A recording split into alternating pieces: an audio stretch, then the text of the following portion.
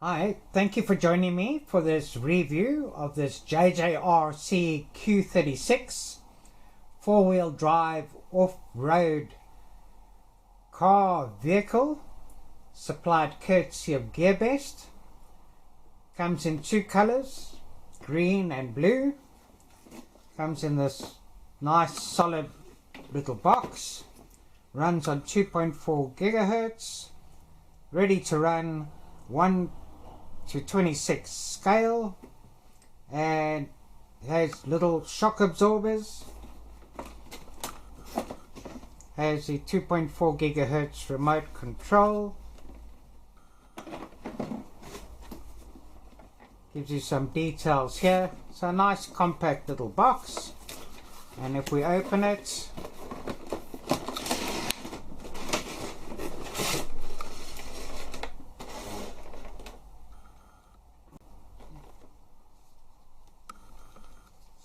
comes in a good quality paper instruction manual, some good diagrams, tells you what parts and spares that come with it.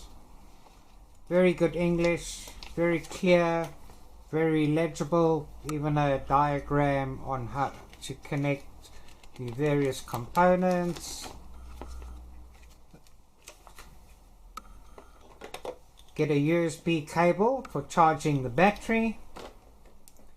And this comes with a 7.4 volt 400 mAh battery with a JST connection, and to charge it up we just plug this balance port into here, plug this into a USB source. The red light comes on, and when the light goes off then it is finished charging. You just get a little bag of spare clips and spare shock absorber dampers, and this is the car. So looks very nice. The finished body, even the wheels have got, you know, the green coloring. It looks very good. Tires aren't solid, but don't have any sponging, but got nice tread on them. Has an aluminium chassis. Now I've already put this through its paces and actually tested it quite a bit already. Yeah, so it's a bit scratched, but as you can see, it's really managed it well, especially after you see the video of it in action. Front bumper, rear aerodynamic spoiler. If we open it up, we need to remove these clips. Now these clips aren't my favorite things, but it's nice that we get spares with it.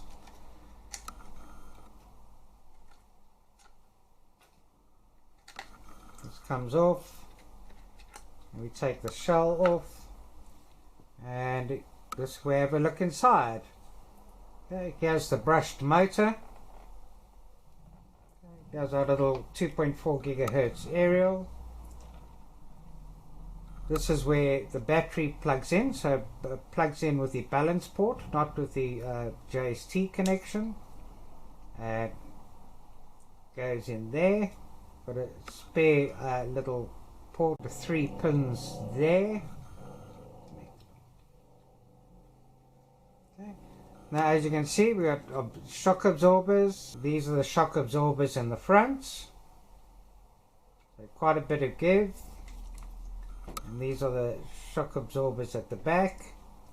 And yes, you've got damping clips. You can actually strengthen and make the shock absorbers harder or softer by adding or removing the little damping clips that come with it. And then over here we've also got an on-off switch.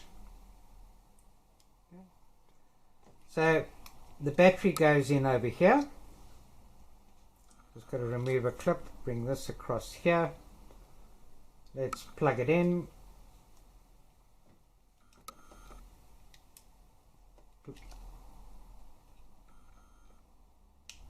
here, put it in over here.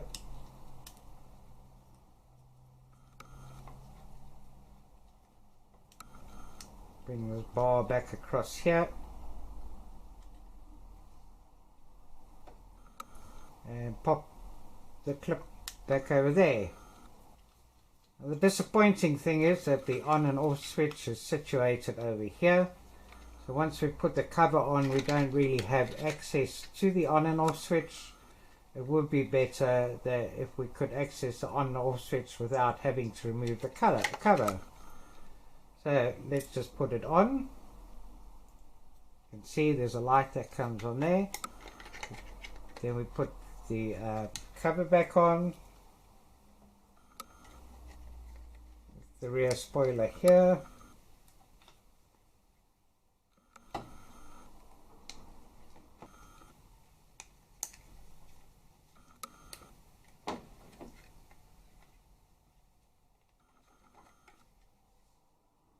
Put these clips back in here.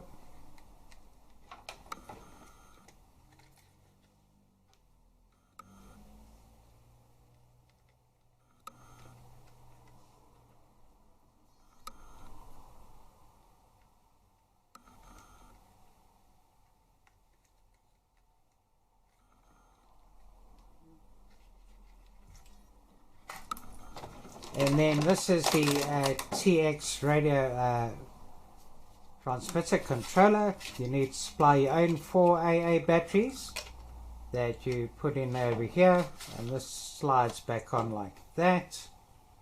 So let me just put some batteries in here quickly. And on the TX here, here's the main power button. You get a very nice LCD display. Tells you your turning percentages, signal strength, and the TX controller battery voltage. This one's sitting at 6.3 volts. It also has a low battery alarm for when the battery gets low. Nice wheel, nice sponge. A nice looking controller. So I hope you enjoy watching the footage of this in action to follow, and in the videos we also mounted cameras on top of the car to make it more interesting too. Right.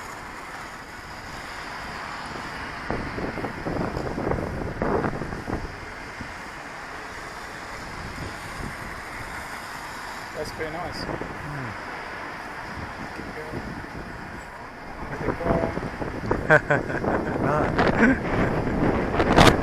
Let's see the distance. I can run with this. Yeah, no, that's fine.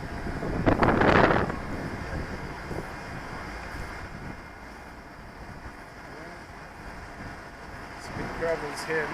Yeah, no, I can see. Uneven ground, can see it. Wow, Yeah. it's going quite far. It's going blue. Yeah, no, it's got a good range. Yeah. For the size, it's amazing. Yeah. It's going to bring it back to some Yeah. days. It gets a bit bumpy, as you can imagine, like Yes. all over the place because of the actual. Yeah, well, the shock absorbers aren't so great, No, but it's still, not. yeah. It's not like 100% great, I'm sure. It's pretty nice.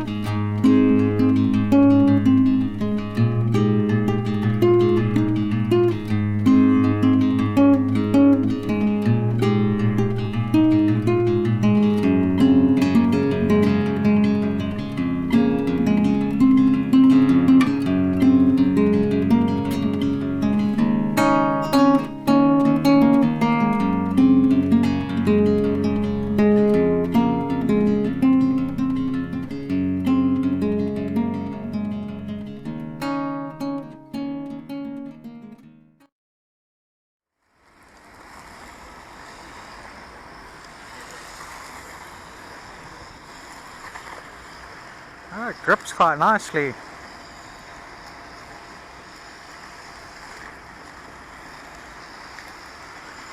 Indeed. Yeah. Very nice.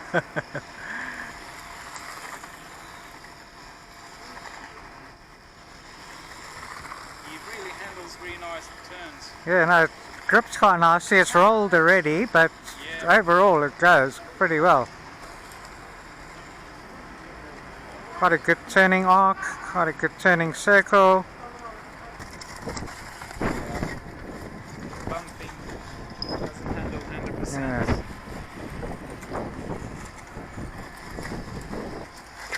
It's not too bad. Not too bad, no, it's really hopping about.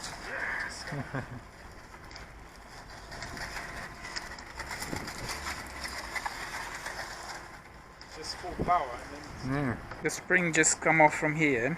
Yeah. Okay, So well it just clips on. It just clips on. Yeah. Okay. Well, no, it goes quite well over this because this is quite a tough little terrain. Yeah. Actually does.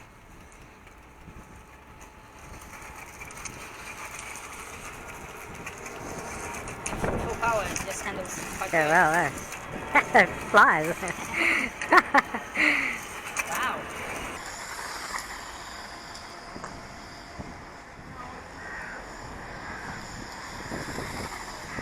Oh, it does really go fast, eh? I'm really impressed. Yeah. Sweet.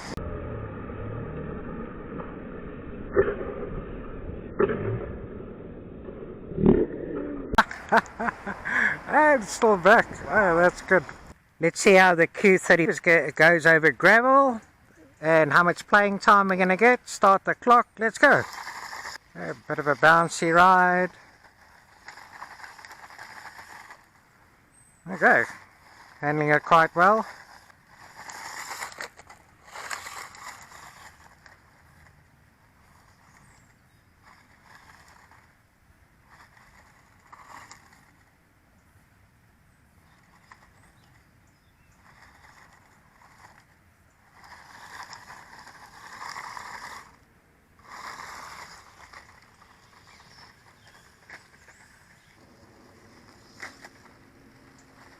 Handling it okay, just rolls over on the bigger rocks.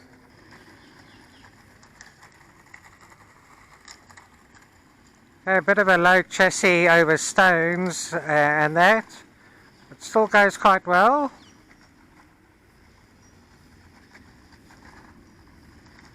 Fast and agile. Whoopsie. And try a bit of grass.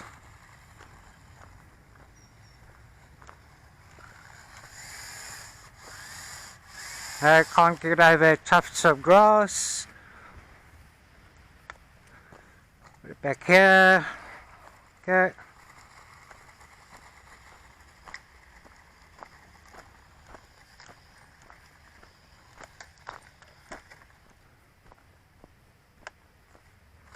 And let's take it for a little ride too, with a Mobius camera mounted on top. I'll start the clock again. Let's go.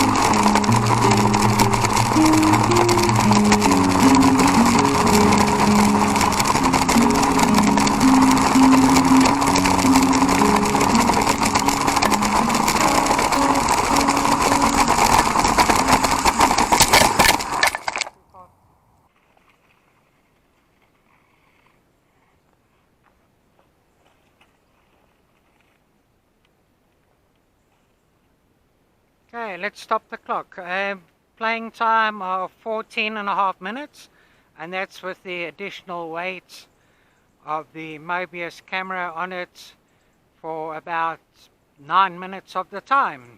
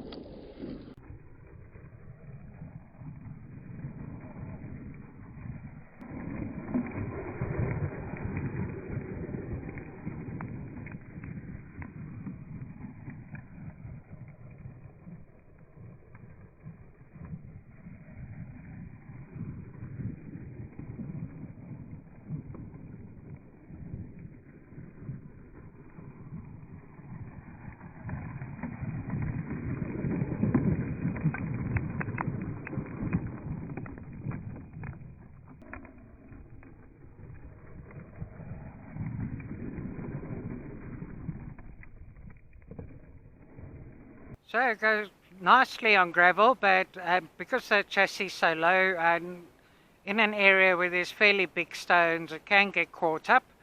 But, you know, still quite fast, quite agile, and goes reasonably well over gravel where there aren't too many big stones.